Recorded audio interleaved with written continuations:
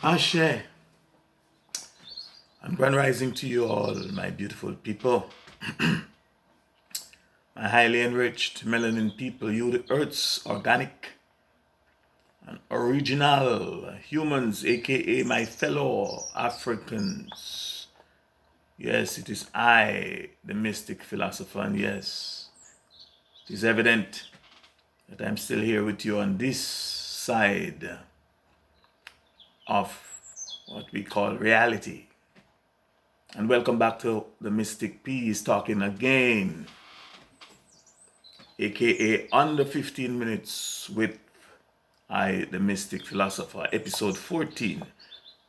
Now, I was reasoning with one of my regular and independent thinking listeners, last night, and indirectly the question of how do I know that I know, and why don't I want followers, and why I myself don't necessarily follow people, etc., came up in our reasoning and discussion. And so I would like to just break from the main topic, which is the impact that stress has on the mind, or more correctly, the impact that this thing called stress has on the thing, or the phenomenon that we humans called mind. I'd just like to break away from it for this morning again. Maybe the topic itself is stressing out some of you guys. Hello. Right? And let's briefly talk on some of the things that we were talking about last night. Let's talk about it this morning, this grand rising.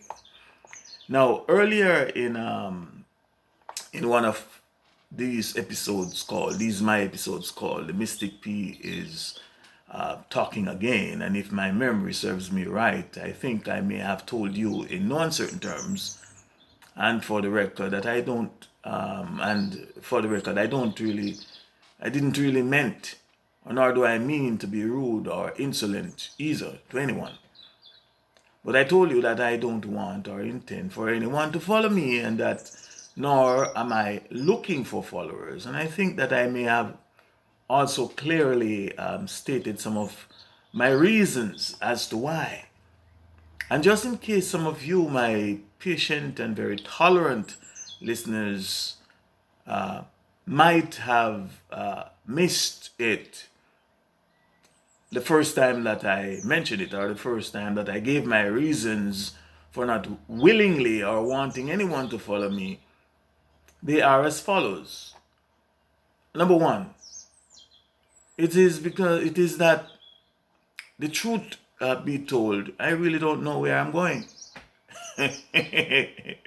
Number two is that the truth be told, again, I, the Mystic Philosopher, I think I am a wanderer. And if or when all things are considered, it really doesn't matter if you spell the word wanderer with the vowel O, or if you spell it with the vowel A. Both meanings and definitions of the word wanderer, depending on the circumstances, can or may be appropriately applied. And to give you just one example of the wanderer that I am right now, just one example of the wanderer that I am right now, I am seriously wondering what the hell some of you, if not all of you, are thinking after hearing me say that I am a wanderer. Or if at all you, or if at all some of you are really thinking. And if I tell you that I don't know where I am going, and if you can't, and if you can, or if it can be proven that I don't know where I'm going, then why would I want to lead people to where I don't know? And if I don't know where I am going, why would you or anybody want to follow me or to follow I or to follow the I? From my the Mystic Philosopher's perspective, one of the easiest things to do in this thing that we call life is to be a follower. And one of the trickiest, if not the most cunning and manipulative thing to do is to call yourself a leader. And the most difficult thing from my perspective that I've found for most people to do is to think and to be independent thinkers. People in general are lazy and afraid to think. They are like water. They love the path of least resistance. But we'll talk more on that at another time. Today, and the way that I see it, why I am, from where I am looking at it, almost everybody wants to be a leader and to have followers. And some even want to be leaders and followers all at the same time. I even knew of two websites, and one called followme.com, the other one called comefollowme.com. Then you have people following others on Facebook, Instagram, WhatsApp, YouTube, TikTok, you name them. All the social media platform. And there you'll see all the millions of people following other people to where I don't know. Sometimes they don't even ask where these people are going. They just follow me or follow them. And just name all the people today that you personally know or hear about or that you can think of that call themselves leaders, that are regarded, and those that are regarded as leaders and are leaders. And then ask and answer yourself these questions. Do they really and truly know where they are going? Have they really and truly been, or have they really and truly been to where they say that they are going and are taking you along with them and are wanting to take you along with them? And if you were to figure out by thinking, figure out that possibly, like yourself, they really and truly don't know where they are going, then how are they leading you and other people there? They meaning a place, or rather there, where they're supposedly leading you, meaning a place or somewhere where they don't know, or that they don't know. Or how can they lead you and other people there if they have never been to where they want to lead you? Then how can you, and why would you sensibly let them lead you there? And why would you continue to follow them if or when you now figure out or figure that neither you know where you are going? Neither of you know where you're going. For example, give you a practical example. A religious leader will boastfully, confidently, passionately, and very confidently tell you and his followers that he or she is leading you and them to God. However, were you to become an independent thinker, after they tell you this, were you to become an independent and an analytical thinker like me, and carefully think about his or her idea for yourself, you too might discover that he or she had never been to God himself or herself. And if they were to be honest with you, they would confess or fess up that they have never been to God themselves. For all the people, be they prophets, saints, and I ask that you prove me wrong now.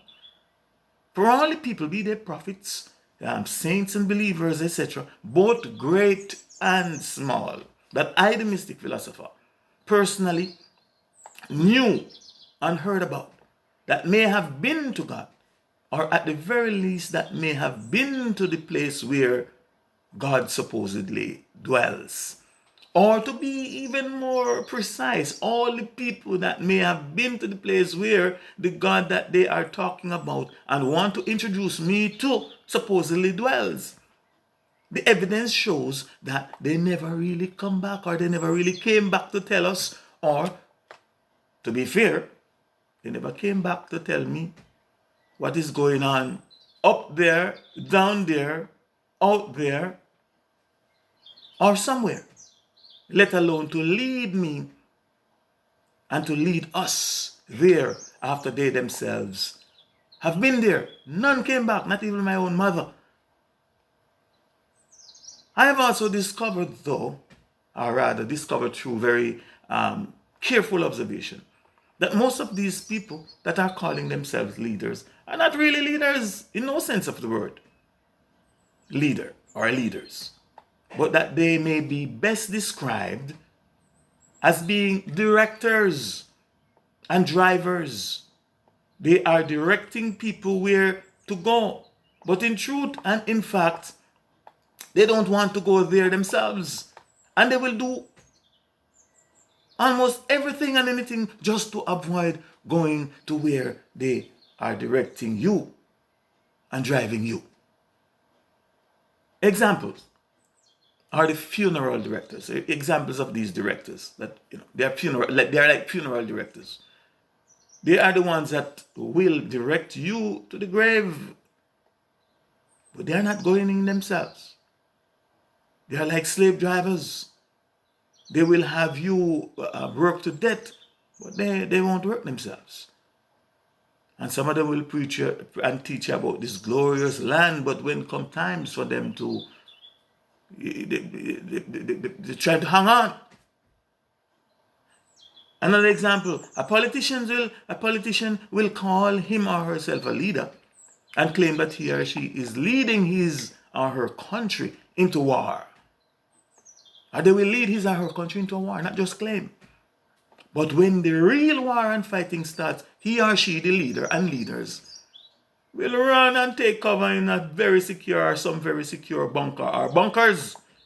And then they will send our sons and daughters, or the sons and daughters of the people, if not the people themselves, that he or she claims to be leading, to get killed or to be severely maimed in the name of either God, Queen, King, country, and patriotism, etc.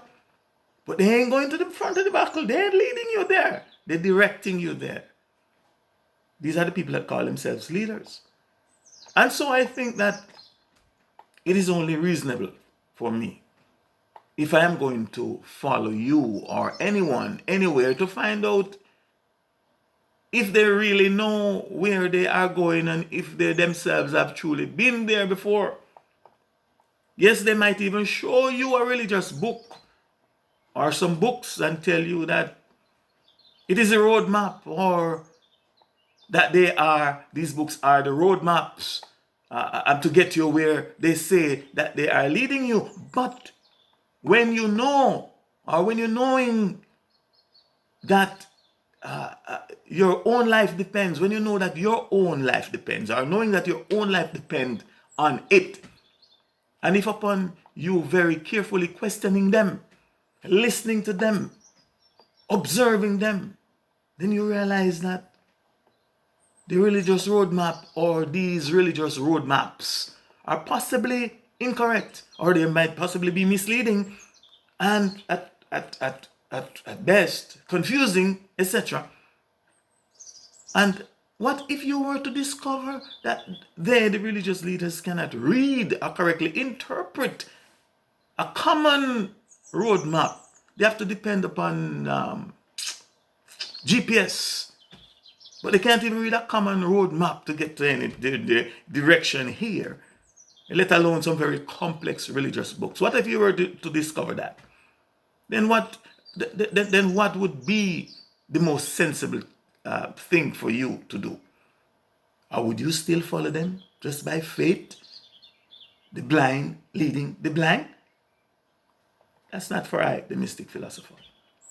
Now, in the interest of time, this is also under 15 minutes.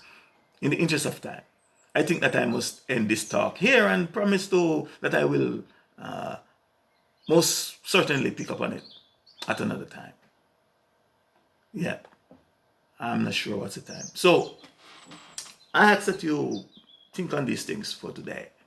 Some food for thought. And send me your vibes. And tell me what you think. Share with me your comments and your perspectives. And please join me if or when next I am talking again, possibly tomorrow. It's episode 15, I think, or 16. I'm losing track now. Where and when I will be picking up from where I am now leaving off here, talking and focusing on, well, the topic was supposed to be stress on the mind, but just on how do I know that I know, as mentioned earlier on. So I will be focusing on next time, if I don't go astray, to something else that we talk about overnight. In the meantime and between time, please take time, my brethren. Remember, my people, yesterday is history. It too is dead and gone. No more to come back. Tomorrow is a mystery. It too may never come, but today is a gift, which is why we call it the present day. And so I hereby implore you to live for today. By live, I mean to claim your natural birthright and fulfill full joy today and hope for tomorrow. Because while you have good health, you have an opportunity to full joy, to make the best of it. Full joy today. And let's hope for tomorrow. Again, thanks for your time. Thanks for listening. I am the Mystic Philosopher. Ashe. Ashe. Ashe. Ayase.